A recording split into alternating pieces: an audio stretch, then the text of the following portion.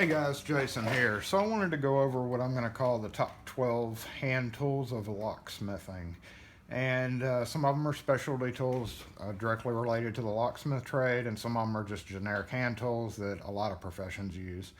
So I'm just going to go ahead and get started with them. So number one, what I would consider the number one tool, of course, is the number two Phillips screwdriver. Now, when you're choosing a number two Phillips screwdriver, I would recommend getting a smooth shank driver compared to a hex shank driver. And the main reason is because when you are unscrewing the screws on doorknobs, you have to go in at an angle and back it out.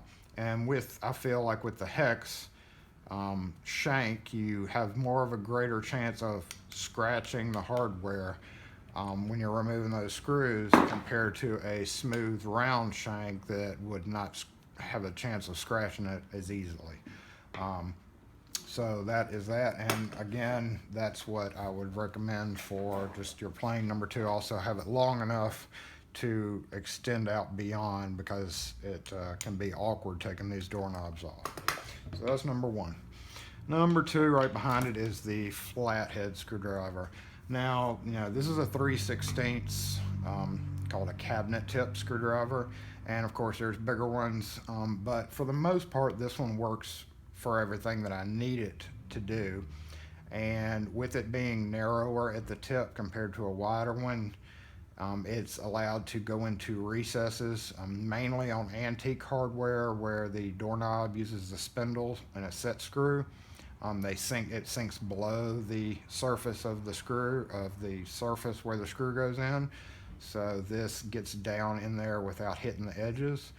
If I have to run up on a bigger screw and unscrew it, I can always use one edge and unscrew, like especially on the older quickset deadbolts. It had two black interior screws that had a slot on each side. I unscrew a lot of those and I just hook this on one edge and start unscrewing it, and it'll unscrew. So that's why I choose the 3/16 side over a bigger one to carry and use most of the time. So that's number two. And number three, number one Phillips screwdriver. Again, I use the round shank for no particular reason, but with the number one screw, obviously it'll fit smaller screws than the number two.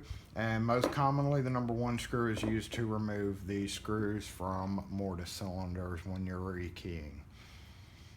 As well as some deadbolts that are on bar doors have a small diameter hole that you have to go into to remove the screw, wherein the number one or number two Phillips won't fit in that hole, so that's also used for those. All right, number four is it's an 1/8 inch flathead screwdriver, and this is most commonly used also for mortise cylinders to unscrew. Some of them used a flathead screw as well to hold the cam on, but most commonly it's used in North America for Adams Wright style, narrow style door locks to remove the screws that actually hold the mortise cylinder in. And as you can see, when we screw this all the way down, the 1/8 inch will allow you to get it right below the surface. It does start to catch some, but it is just the right size to sink down just a little bit in those holes. And also to take clips off of locks. On the backs of the locks there's clips, and also any other number of crazy things that you would need to use a small flathead for. So that is number four. All right, number five would be the hammer and chisel. Now, I put these together because very rarely do we need to use a hammer by itself. There are, of course, instances all the time, but most of the time you're going to have a chisel and a hammer by itself. You almost can't use a chisel without the hammer, so I grouped them together. And it is most commonly used to mortise the latch and the strikes when you're installing hardware on doors. So that is number five. All right, number six would be a pair of pliers. I use Nipex. This is the alligator pliers. Now, I've got several different sizes. This is, I believe, the 7 1/4 inch, and this is a 10 inch. These are way better than channel lock in my opinion because they're very narrow. They don't have a protrusion on the side that when you're getting into a narrow space would cause problems, and incredibly strong steel. And these are just the best pliers made. Pliers, of course, you use for everything from ripping screws out of wood, broken screws out, to unscrewing mortise cylinders if needed, to whatever else you would use pliers for. All right, so that is number 6. Number 7, we're going to jump off and, well, let's do the tape measures. Tape measures. As a locksmith, you're very, very rarely going to need to measure over like 12 feet. You're not measuring walls and stuff for people. You're measuring, basically what you're measuring is up to 2 3/4 or so to install a lock. So I don't have a big fat tape measure. I do have them, but I don't really carry it. There's no need, when very rarely would I even stretch this out past like 6 inches. So small tape measure, easier, lighter to carry, and easier to carry in your tool bag. So that is number 5, 6, 7. All right, so now you get to the locksmith specific tools. We have what's called a circlip remover, or a retaining ring remover, and most commonly that's used when you're taking apart older, wiser locks. They used a retainer ring here, and that is used to take that ring off. Now there's 2 different kinds of rings. Some of them expand and some of them compress to take off. So if you are purchasing one of these, when it's set to that position, it expands. When you take it and put it in the other position, it contracts the ring when you squeeze it. So always find a convertible pair so you don't have to carry 2 pairs. And Walds, I believe this might be a Walds, but they are one of the best pairs that you could get. Wild, sorry, not Walds. So that is the retaining ring plier. Also, you can use it to push clips off and do any other number of things. All right, so number 8. 1, 2, 3, 4, 5, 6, 7, 8, 9.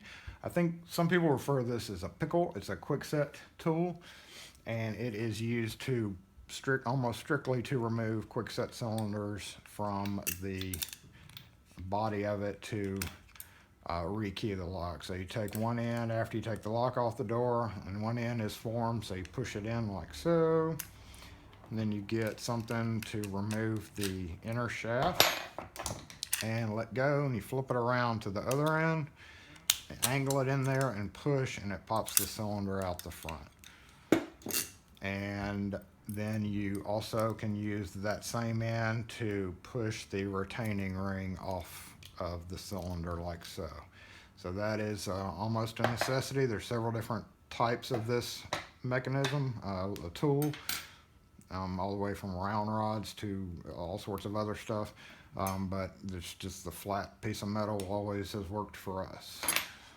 All right, so I can't remember where we are, number 10, I believe, pair of tweezers. Pair of tweezers is used most frequently when you're rekeying a lock, to hold pins down and to take pins out of the pinning kit and to manipulate any number of small objects, just like any tweezers would do. All right, so next up we have this is a Wiser tool, and it was specifically made for Wiser locks, but it works on other ones. On Wiser deadbolts and other types, there is a screw cap holding the cylinder together, and you use one end to push down the pin that's holding that cap on, and it lets you unscrew the cap, which you can do the same thing with tweezers. You don't have to have one of these, but it just makes it quicker to do. Going back to the tweezers, you can do the same thing with a pair of tweezers in your fingers by pushing down and turning, so you don't necessarily need that tool. But if you're rekeying a bunch of locks, it is handy to have that. Also, the other end is a little bit different mechanism, and older Wiser locks used different teeth, and basically these teeth were designed to mesh into those teeth that are on the inside of those older Wiser caps. All right, and last but not least is a pen.